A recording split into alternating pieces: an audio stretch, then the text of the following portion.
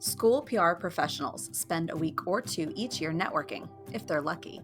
We pour into this professional development, and the conversations drive us in our work.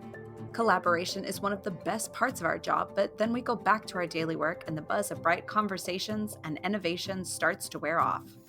Welcome to School PR Happy Hour. We seek to create a shared space of collaboration and an opportunity to continue those conversations long after the closing sessions of our state and national conferences. We are a community of communicators that lean on each other in hard times and learn from each other regularly. This podcast is about just that, getting to know each other better and sharing our passions about furthering education, one story at a time. All right, here we are with Jessica Johnston from Brenham ISD in Texas. Jessica, thank you for coming on the first ever real full-blown episode of School PR Happy Hour. Totally excited, totally pumped, and very honored. We actually, me and Jessica both are in TSPRA. We're both located in Texas, and we actually didn't cross paths at TSPRA this last year, but luckily we crossed paths and got to finally meet in person at NSPRA. And that's kind of what I want to talk with you about today is just your experience at NSPRA, how you got to NSPRA, kind of what you've done in your career, and then what you're doing with the information that you learned there. So why don't you start us off and just tell us a little bit about your district, how you got to your position, like what your career path looked like since you kind of jumped into this educational world. Yeah, well, I'm a fourth generation educator, so I knew for sure that I was going to be a teacher. I always wanted to be a teacher, so I graduated from Texas Tech in 1999 and jumped right in. I taught in a couple of districts in the Dallas area before my husband and I moved to Brenham for him to take a job. And I went to work for Brenham ISD as a fifth grade science teacher and did that for 7 years and loved it, loved the children. But I found that I was always answering technology questions for my colleagues. So I also spent 7 years as an instructional technology specialist. That was the first time that my career took a path that I didn't really foresee. I thought I would be a teacher, probably a principal like my parents were, loved the instructional technology world. And then, after about 7 years, you start to kind of feel the itch. You need a new challenge. And Brenham ISD got a phenomenal new superintendent from a larger district in the Houston area. And when he came to Brenham and realized that we did not have a communications role at all in our district, he was kind of shocked. And I heard the rumblings that there might be something posted and a lot of conversations with my husband. At the time, I was finishing up a master's in instructional technology and really thought that I was going to be a technology director somewhere. That was, the career path that I was on. But then once a challenge was available here in my own district, I kind of decided to bloom where I was planted. So applied for the job of Director of Communications for Brenham ISD. Super excited to be given an opportunity to do that. Dr. Jackson, our superintendent, really took a chance on me. I did not have experience in this realm. I was running the social media channel, singular, if we were just on Twitter back then, and I was the webmaster for the district. So that was kind of the springboard I used when I went into my interview and knew that I wanted to do some things with Facebook and Instagram and kind of try to pull together a more cohesive image of our district. So that was in 2016. I'm entering my fourth year in this role and still loving, really, truly, even the good, the bad, the ugly, really still loving every minute of it. Well, awesome. So we kind of have the similar background. I was in the classroom for 7 years also before I made the jump. I think it is a common theme that people about 7 years in realize it's time for a challenge or time for something different. Looking back into the classroom, and luckily with our positions in communications and marketing, as we have the opportunity to get back in the classrooms and hang out, what's the one thing you miss the most from the classroom? Having those kids know who I am in the community, because we're a small community. It's funny, just this morning I had to take my son to the doctor real quick, and the young lady checking us in said, "Mrs. Johnston," and it was a fifth grade student of mine from, almost 20 years ago. So, I have a gap now of those children are not out in my community recognizing me when we're at the grocery store or at a football game. So You're right. I get my fix. If I need to see, I always tell my secretary, I'm going to go see real life children now. So I'll leave the office and I'll go to a campus and walk around, and it's wonderful. But I definitely miss the relationships that I built with those students. This was your first year to go to NSPRA, NSPRA 2019. We were in Washington, D.C. We got to do a little sightseeing, but a lot of learning and leaning on each other and really, honing our craft, getting better at our jobs. But you kind of had a different route to get to NSPRA this year. So talk about, the scholarship process, what all you had to go through to get there, and why was it a priority for you to make that happen and to make sure that you were in the room with the best and brightest in the country? Well, if you could see me right now, I have this cheesy grin on. I'm smiling from ear to ear because it still remains just such an incredible experience. I've gone to TSPRA for the last 3 years, and that has been phenomenal. I have a wonderful sort of regional group in the Austin area. I go to Casper every month to their meetings. So I'm slowly building my school PR network. When I left the instructional technology world, I had a very robust network. I had people that I could call on for anything at any time to help me solve a problem or get through a challenge. And I'm starting to do that again in school PR with my local group. But the NSPRA was just, I don't know, I jumped in on that K-12 PR chat. I don't even remember how I found out about it or why I felt brave enough to voice my opinion on that chat, but everybody was talking about NSPRA and it sounded so exciting. And being in a small district, I'm a department of one, spending that kind of money, I don't have that money in my budget. It would not be responsible for me to allocate that much money to go to a national conference. But Heidi Otero came and spoke to Brenham ISD last year, and I took her to lunch afterwards, and she asked if I was going to NSPRA, and of course I said, I wish, I just, don't have the budget for it. And she's the one who actually told me about the scholarship process. I never in 1 bazillion years thought that I would ever be awarded such an opportunity. And so when I got that little sweet little note from NSPRA saying that I had received the scholarship to attend, I mean, it was like an epic Oscar moment for me. It just felt so grand, and I'm literally still on a high from it. I just give you props for what I saw from, when we met, and you really did just jump in and you were active on social media, and you kind of became a little celebrity, whether you realize it or not, because you were announced in the first meeting. Everybody saw your picture and you were all over social media. You were sharing your notes day by day on your social media and making sure that, hey, if you couldn't go to this one, I took notes, check it out. Let's talk about the sessions and kind of the experience there, because I firmly believe that you can get a ton in those sessions, but you can get just as much in those conversations that you have sitting around whether it was the couches in the lobby or maybe it was happy hour or one of the vendor parties. And that's kind of where this podcast came from, was the fact that we can learn a ton in those sessions, but it's those conversations around, maybe it could be a cold drink, it could be a cheese tray, as I like to have. We'll just talk about some of the experiences, some of the takeaways you had, some of the sessions you went to, and just really what you took away from NSPRA 2019. Yeah, well, I had been to some national conferences before in the technology world. So, entering a large conference arena wasn't necessarily overwhelming from a logistical standpoint. Friend, I had already printed out that NSPRA sessions. I knew I'm a planner. I'm very type A. So I had an idea of what are my goals for Brenham ISD going into the new year? What are those things that I'm personally wanting to work on? So I targeted my sessions that I attended to sort of those goals and objectives. For example, your session with Aaron on podcasting. I knew that I was kind of going in the way of a podcast for Brenham ISD this year. So sitting in on y'all's session, I knew you guys kind of on the periphery. I knew of you, so I knew you'd be great presenters, but also the content was very intriguing to me. So I think a lot of times it's like what you just said. Sometimes you choose sessions because you know the person and you know that they're a dynamic presenter and you're going to walk away with a renewed energy.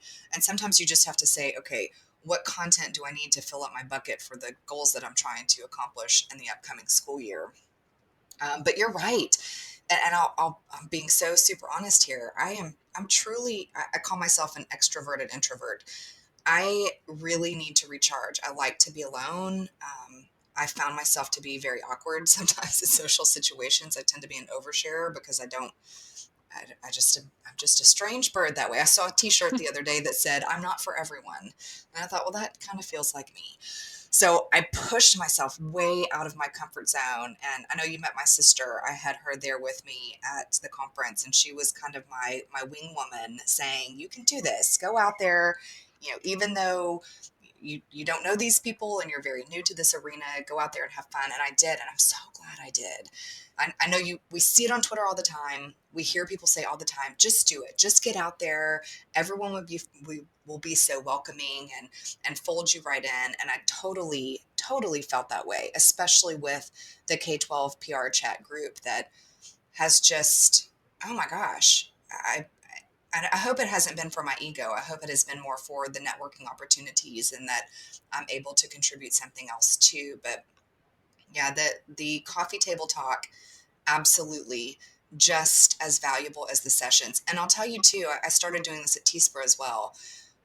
Whenever I sit next to somebody in a session and we strike up a conversation, or I sit next to somebody at lunch and we, visit, if we exchange cards, I immediately go back to my room that evening and send them an email and say, hey, it was so nice to meet you. If you ever need anything, don't hesitate to reach out. Have a great conference. It's almost like it puts that accountability back on me to not just be a talking head at the table, but to really try to build those relationships outside of my sort of general geographic area, because I think that makes all of us stronger and better. So you, as we were going through NSPRA, you were sharing on your social media and kind of telling what sessions you went to, and we're letting people check out your notes and your takeaways. And you have a little website that I saw a link to your old website, I guess, when you were still in technology, and now you've switched over to schoolpr365.com. Talk a little bit about just your willingness to share and that website, and just kind of that, I guess the heart behind that project that you're working on. I think the spirit of it really came from everyone that I've met in school PR, from my Casper regional group to TSPRA, to the people that I am networking with and connecting with on the NSPRA Connect forum, have been so willing to share their materials with this newbie who, it's really like I've reinvented myself again. I was so new to this world, and it's almost like a midlife career change. And everyone has been so willing when I'm like, oh my gosh, I need a press release template, or oh, we had a crisis, I don't know, what is my statement? And it's like a dozen people all of a sudden are like, here, use mine, just put your name on it. And I felt that way when I left the technology world. I had like you said, I had edtechsheet.com as a technology blog, where really honestly, everything I create, I try to do it in a template, like an editable file, so that somebody else could come behind me and just do file, make a copy, and run with it. I think the work smarter, not harder, and the better together, and sharing is caring, those are all really strong values for me as a professional, because people have been so willing to share their content with me. I wanted to turn around and kind of pay it forward. And this was the first year, this past summer, I really kind of put it on myself to start blogging again and to start sharing again. Like I said, when I left the tech world, I felt at the top of my game. I felt as if I was an expert in my field, and people were asking me, questions. And then you start in school PR and I was a baby. I had nothing to offer. So this year I'm trying to move more from consumer to creator, and it's not always super sophisticated, and it's not always, the best fit for everybody, but I especially am targeting those folks that are one-man shops and are having to kind of run around and try to do everything on their own. I just hope that I'm able to give them a little bit of something that they could use instead of recreating everything from scratch. It's just the school PR community is just such a community with such a giving spirit. I think that is what has just struck me so very much. So first off, with you're aiming towards one one-man teams. The stuff you're releasing works very well for 5-person teams in Southlake, Texas as well. So we have seen some of the stuff you've put out there, and we have stolen it or creatively borrowed, I think is the way we like to word it. So as we start to wrap up this first ever episode of the School PR Happy Hour podcast, I'd like to ask you a question that I plan on asking every guest. I would love to hear about a moment in your educational journey or an educator who had an impact on your life that's led to where you are today. I just, like I mentioned when we got started, I'm a 4th generation educator. Both of my parents were teachers and school principals. My grandfather was a school principal. My grandmother was a librarian. My great-grandfather was a school principal. So, I don't know that there was ever really one person. There were just so many people that made an impression on me. I remember my dad telling me to always be firm, fair, and friendly. And oh my goodness, I could just cry saying that out loud right now. I'm so grateful to be a part of the movement that is serving in public education. My parents obviously laid that foundation for me. And as a parent today, Dr. Jackson likes to say we have skin in the game. I have 2 little boys that attend Brenham Public Schools. So not only do I want to be an advocate for all of the 5,000 students that we serve, but it's very real for me that I have to tell our story well so that we can be successful and shine a positive light on all the things that we're doing here in our district so that my own children can benefit from our programs and our staff and our lovely supportive school board. So, I think my family legacy is probably what continues to push me to make my family proud and to make sure that I carry the torch for them and continue the good work that they started for me 4 generations ago, and ensuring a very positive future and a strong future for my own children as well. That was an awesome answer. Awesome. So if there are school PR folks out there that want to connect with you, what is the best way and how can they find you? Where are you at on what social media accounts, and obviously your School PR 365 blog? Yeah, so my blog address is schoolpr365.com. I still kind of chuckle at that just because when I was trying to decide what handle I was going to choose, it's like, well, we're really never not working. So that seemed appropriate. And then I am at EdTechChic and at SchoolPR365 on Twitter. And I'm also at SchoolPR365 on Instagram, and love connecting with new people. It's what I do at night before I go to sleep, is kind of scroll and see who's out there and what the conversations are. So would love to have some new school PR friends or just ed friends in general. All right, Jessica, well, thank you for joining me today and helping us kick off the first ever episode of School PR Happy Hour. This is a passion project that me and Aaron have talked about for over a year, and then finally sitting down at a happy hour said, why are we not recording these conversations? So I greatly appreciate you being the first conversation we got to record today, and thank you for coming on. I appreciate you and Aaron so much and everything that you're doing for the school PR community, and look forward to listening to the future episodes. Well, there you have it, the first ever episode of the School PR Happy Hour podcast. Now, before we end today, I do want to look at 3 things that Jessica said that really stuck with me throughout that interview. The first, as you head into these big conferences, state or national conferences, take a look at the program before you enter and find sessions that align with your goals and objective or your strategic plan for your district. But at the same time, be flexible for those conversations that may happen around a coffee table or elsewhere that you can really stick into and really get something from. Be flexible to change that schedule. Second, after that conversation, if you sit and have that conversation and exchange business cards, Jessica had an amazing idea about immediately going back to the hotel room, shooting an email over to that person you had that conversation with to make them know that it was just more than empty words, and to start the conversation and to really continue learning from each other, much like we hope you do with this podcast. And third, as Jessica stated numerous times, everybody in our industry is very giving. They're willing to share their struggles, their successes, the content they create. And I just challenge you to continue to do that and to continue to reach out to your friends and continue to network. My name's Justin Deering, and thank you for listening to the School PR Happy Hour podcast. Let's try to be a little better every day.